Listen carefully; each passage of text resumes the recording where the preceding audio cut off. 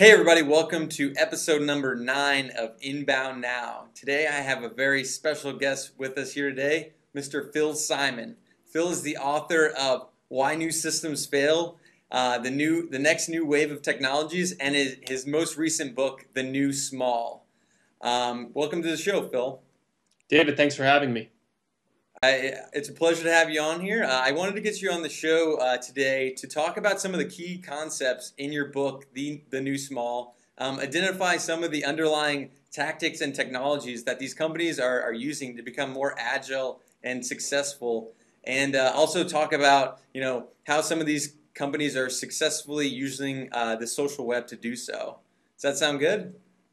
Rock and roll. Rock and roll. Okay, cool. So let's start with the book. Who is this book for, and what exactly is the new small?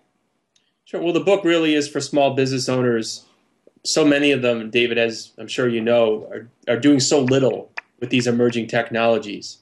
So that's sort of the audience for the book. That's what I had in mind when I was writing the book. In terms of who is the new small, it really is this group of dynamic small companies using emerging technologies to achieve some absolutely amazing results. Okay, cool. So in the book, you kind of talk about, there's 5 different enablers. Cloud computing, software as a service, free and open source software. You talk about how mobility is important and the mobile internet, and also, you talk about how social media is being used. Of those, that you talk about in the book, what would you say would be most important for companies, starting out? Like, they may be a traditional type company. What's some advice you could give to kind of get them to transition into using some of these newer platforms?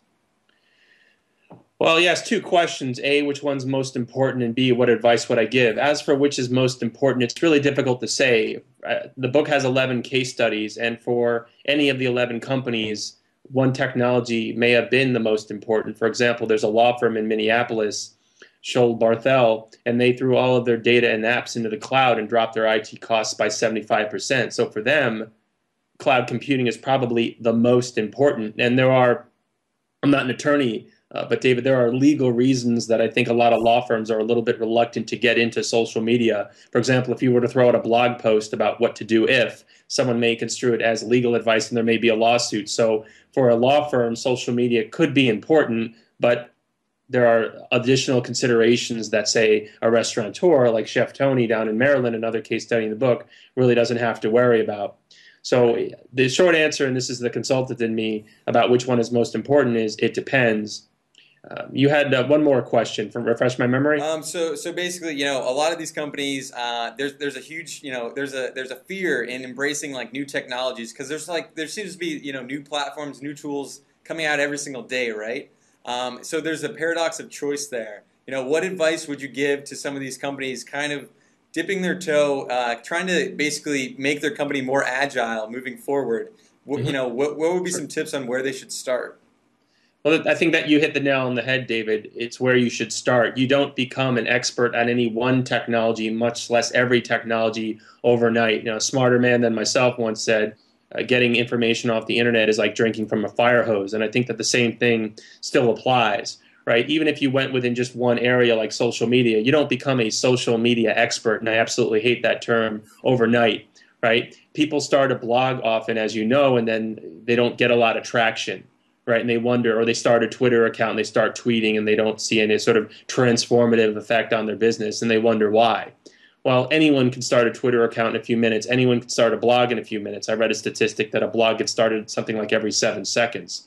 So with 200 million or so blogs out there, depending on which site you go to, the world isn't necessarily waiting for your blog.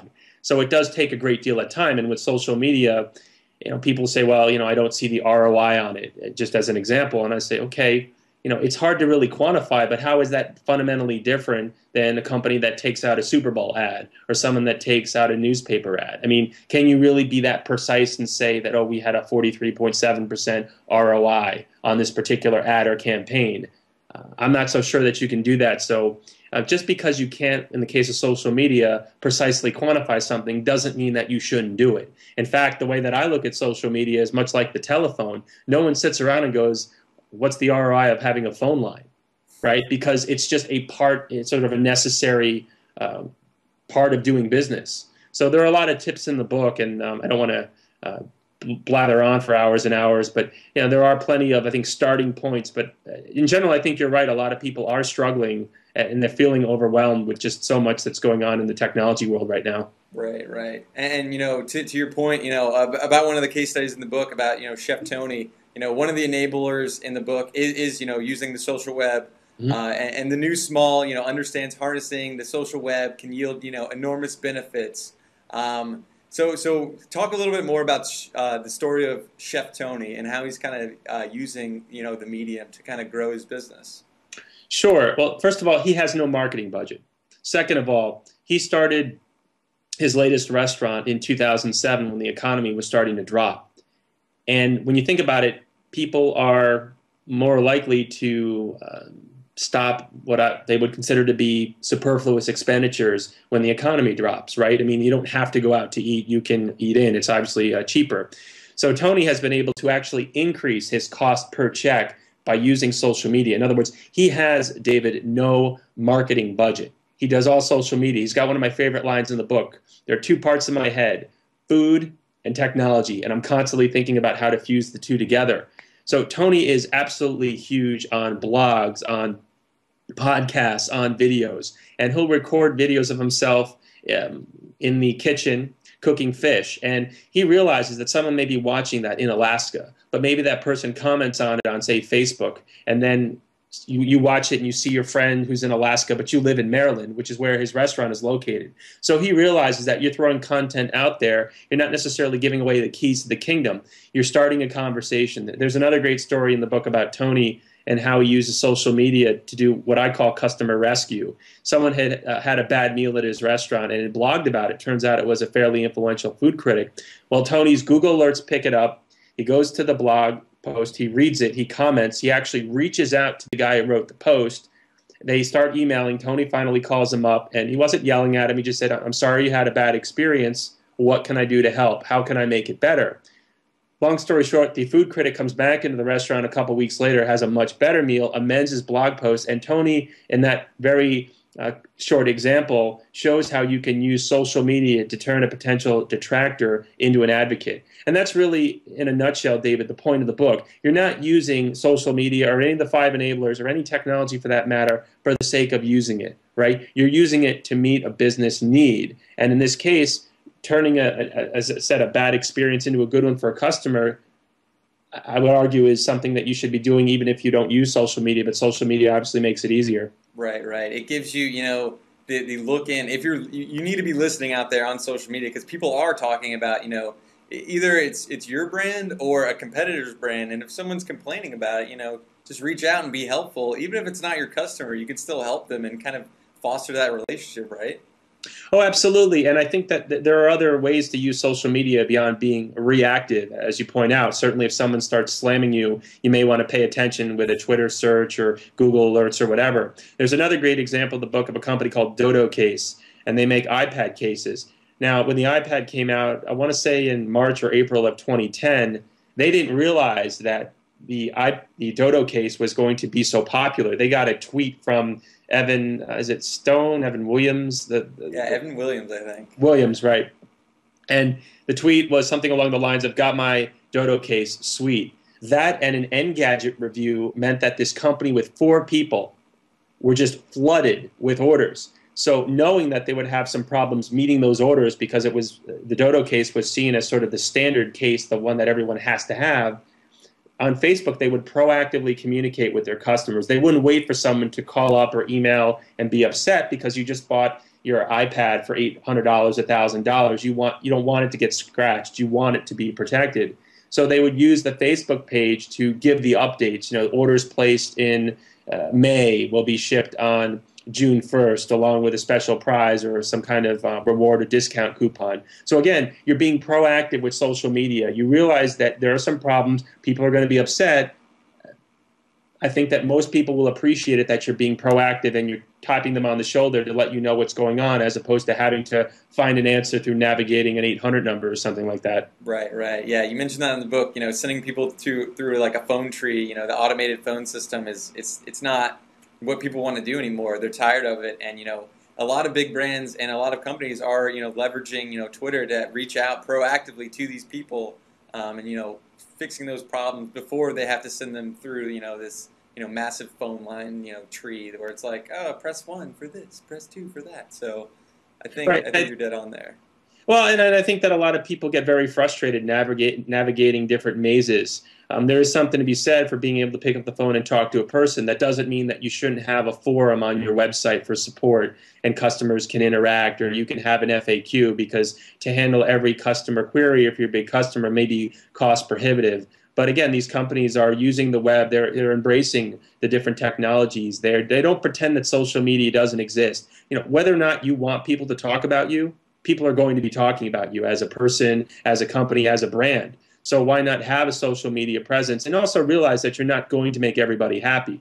If Tony, in the example before, found out that the guy didn't like that he had to pay for his meal, but the meal itself was great, well, that's just not a customer that you're going to make happy. So you can't obviously have a 1,000% batting average. But if someone legitimately had a bad experience, I think, and I know as a customer myself, I enjoy it when people say, what can we do to make it better? Right, totally. So one of the cool things I thought you did in the book, each enabler, you kind of lay out the groundwork, and then you also, outline the roadblocks to change that a lot of companies, they'll say, oh, and here's one of them for social media that you had in the book, so people saying social media is a waste of time. What would you say to a company that told you that?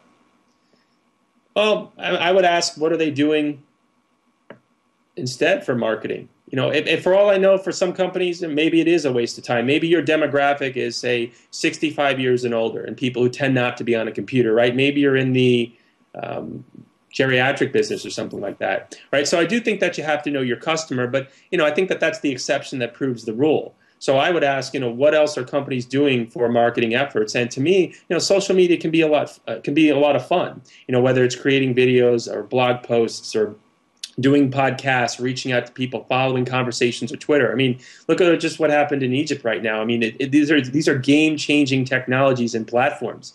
And if you are not paying attention to what people are saying about you on Twitter, again, there might be individuals out there who just have a bone to pick, but what's the general sentiment? And companies like HubSpot, I think, have tools that are very valuable for sort of gauging that sentiment. What do people think about you? As a small business owner of one, I can fairly easily follow the tweets that reference @PhilSimon or @TheNewSmall. But if you're a 500-person company, you have a lot of products you say have, $25, $40 million in revenue. It's probably more than you can manage with Google Alerts. So, I make the point in the book that, regardless of the tool that you use, you really need to be paying attention. And in the book, it really is vendor and technology agnostic, right? There are different cloud providers. There are different open source solutions. It's not pro or anti any one technology, but things have moved so fast. I completely agree with what you said before. If you have the same fundamental technologies and applications that you did even 5 years ago, I'd argue that you have to be missing out on something. Right. And yeah, so back to the software as a service example, how have you seen, and some of the case studies you outline in the book, how have you seen, what are the benefits with going with a software as a service solution as opposed to, hardware or actual physical software solution? Well, for one thing, you can date before you get married, right? I mean, you can sign up with Salesforce.com and poke around the system in 5 minutes. You're not going to have all of your data there, right? It won't be completely customized, but you can see in general if you like it. And that's huge. If you go back even 10 years when you had sort of the on-premise applications, you would have to write an enormous check, right? And in this economy, obviously, a lot of people aren't writing those types of checks, David. And then you would get the application. And my first book, Why New Systems Fail, is all about organizations that maybe didn't make the right decision for whatever reason. Here, you can get your hands dirty. You can play around with something. And then if you think it works, you can take the next step. The other advantage from an accounting perspective is that you're talking about smaller monthly operational expenses as opposed to large capital expenditures. And as I said, those are more difficult to justify. The other benefit with SaaS is that you can get out of the IT business. In other words, as long as you can connect to a browser, you can get to Workday, you can get to Salesforce.com, you can get to any number of CRM or sort of back office applications. You don't need to have an on-site server, or you don't need a database. Again, as long as you can get to a website, you're good to go. So there are so many benefits of SaaS. I'm a big proponent of it. Definitely, definitely. And, it kind of plays into, you using tools like in the cloud or software as a service where you don't have to be at your work computer, like a tool like Dropbox, you mentioned, and I use it all the time. I love it. You can sync and share files with people. You don't have to email stuff back and forth. There's revision changes. And Google Docs is another one that I love. And I think, some businesses don't know that these exist, and they're doing it the old way, right? Emailing a spreadsheet back and forth. Don't ever get me started on email, man. It's a big pet peeve of mine. Chapter 17, the book on collaboration, is all about how, yes, email is important. I still send probably 150 emails a day, but it's not a collaborative tool, right? I can't stand these, 16 different versions of a PowerPoint deck, or, my general rule is if you've had more than 3 emails back and forth, pick up the phone, right? I mean, or if you're trying to schedule something, there are all sorts of different tools out there, a Time Driver, Google Calendar. You can share documents. You can really, as I say in the book, use the technology such that it's running in the background, right? I shouldn't have to spend my time figuring out how I need to send you a 45 megabyte video file.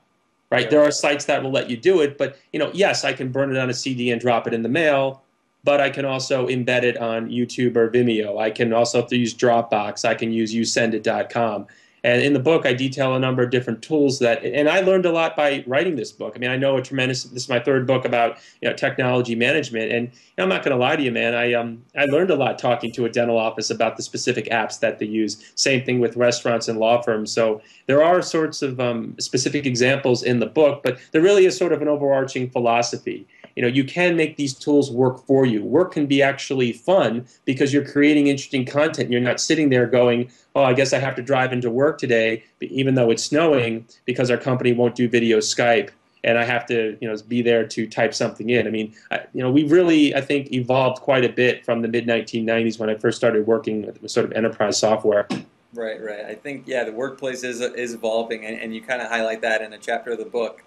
So you also talk about, how social CRM is playing a big piece in the way these companies are moving forward. So what are some examples of some companies using social CRM?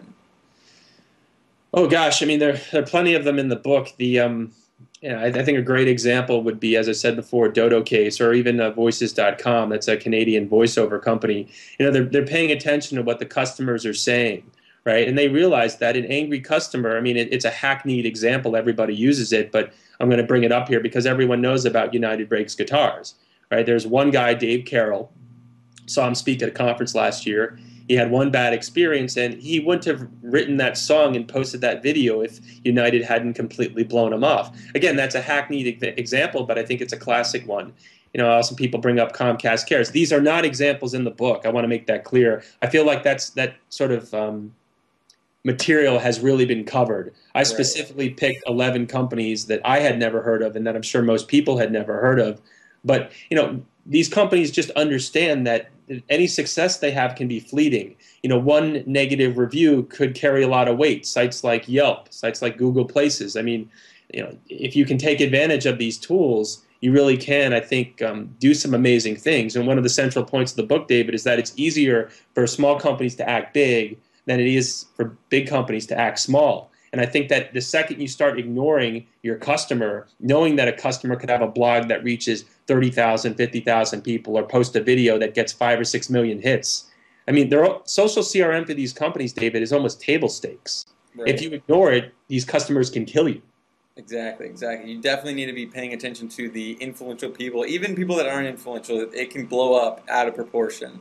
But yeah. Well, Tim Ferriss, for his book, The 4-Hour Workweek, from marketing, I don't know if you know this story, he said, I'm going to find the most influential bloggers and send them books. I'm not going to send it to Business Week or Wall Street Journal for a book review. And what happened to 4-Hour Workweek? It was, I don't know how many hundreds of thousands, a couple million copies it sold. So, I mean, bloggers and people with strong voices, Malcolm Gladwell in The Tipping Point calls them influencers. These are people who aren't really seen as sort of traditional opinion or thought leaders, but they're really becoming them. Absolutely, absolutely. And, having like a strong like blogger outreach, building those relationships is really important. But so I wanted to switch gears to another one of the enablers in the book, talking about mobility and really rethinking, the fact that people are consuming more and more content, through their mobile device, right? So what are some innovative ways that, companies are using this concept of increased, moving more and more mobile? Sure. Again, Chef Tony's a great example. He works with a company called OpenTable, and they have, and this is a key point, opt-in text-based marketing. So he may text out to people, hey, we've got a Thursday night martinis for $4. Again, he's not spamming because these people have consented to be in, but I certainly didn't know that there were technologies that could do that, and now I do. A couple of the companies in the book have developed their own apps. In fact, one of the companies, Chaotic Moon, is a mobile app development company. And they listen to what their clients are saying. There's a great example in the book of an application called FlightAware. And the company that had brought Chaotic Moon in had just horrible reviews with version 1.0 of FlightAware. It was clunky. The GUI wasn't very user-friendly. So Chaotic Moon comes in, and all of these one-star ratings from version 1 became 5-star ratings in the App Store with version 5.0, and it's actually become the standard. So you can literally see which planes are above you because it's integrated with Google Maps. So they were making their clients happy, even though it was a bigger client. This is a small company that realizes the power of mobility. There's notion of citizen journalism, right? When the plane from the Hudson landed Sullenberg about a year ago, not too far from where I live in New Jersey, the citizen journalists were reporting it and taking pictures before the reporters were on the scene. So again, we live in a much different world now. So if you don't understand that your customers, if you have a brick and mortar store, for example, are probably sitting there with phones and mini computers, again, I think that you're really missing the boat. Right, right. And leveraging those technologies, like, you mentioned that Chef Tony used Foursquare to kind of push out promotions as well, and location-based services, they're still, an up-and-coming thing, but it's something that, brick-and-mortar places can really leverage to kind of, it's basically like a free customer loyalty program, right?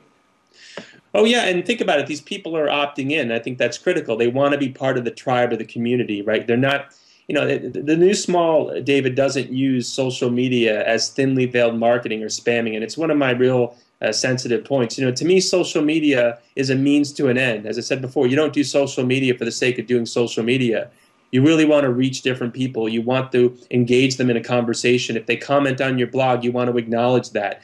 Certainly if they write something profane or something totally inappropriate, then you may want to delete the comment. But what was it, about a year and a half ago, Nestle on Facebook was deleting a bunch of comments from customers that weren't really inappropriate. They just were a little bit critical. And if you really want to make people mad, delete their comments. Right. So you're basically telling them, we don't care about your opinion.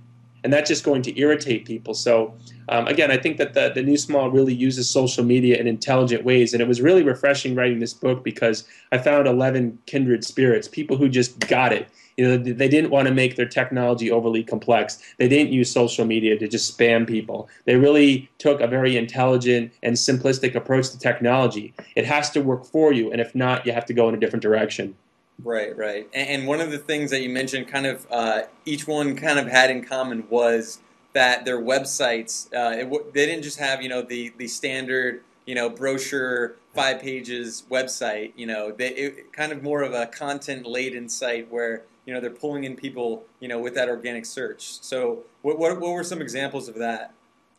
Well, most of the company's sites in the book were WordPress or Drupal or Joomla or some sort of, mainstream content management system.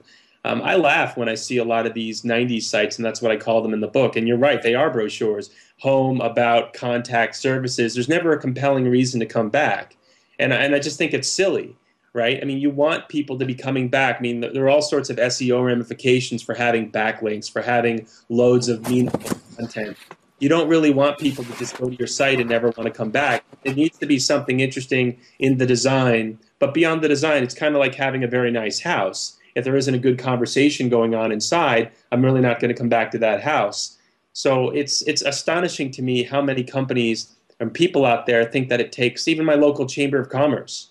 They said, oh, well, we don't really like our website, but we don't have $15,000 or $20,000. And I say, go to thenewsmall.com. Do you really think that I spent $15,000 or $20,000 on that site? I'm not independently wealthy. Well, if you know a little bit about, in my case, WordPress, and a good web developer, you can get going for, $1,000, $1,200. I mean, if you're really technical, you can do all this yourself. But if you want to customize it, obviously you're talking about a little bit more money.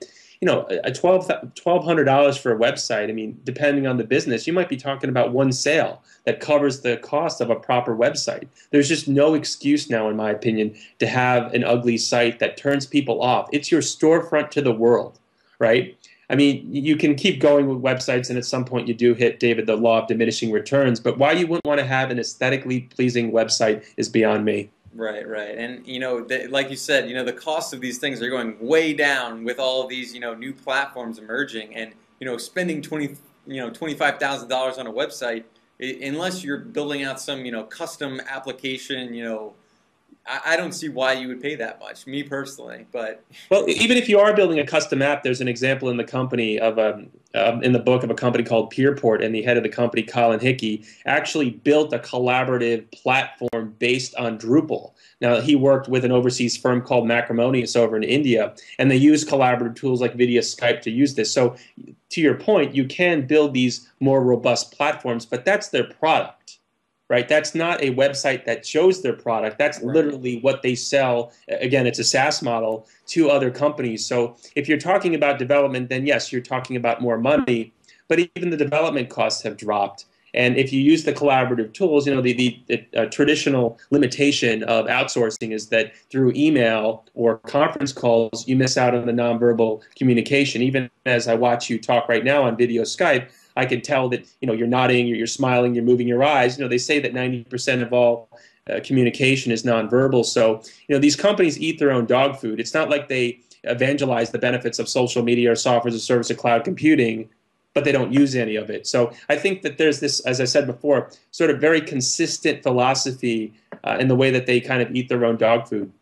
Absolutely, absolutely. And one of the quotes in the book is from. I don't have the author's name here, but from the Harvard Business Review, you quote it, and he kind of states, the productivity of any organization or worker has always been proportional to the quality of tools that they're using, right?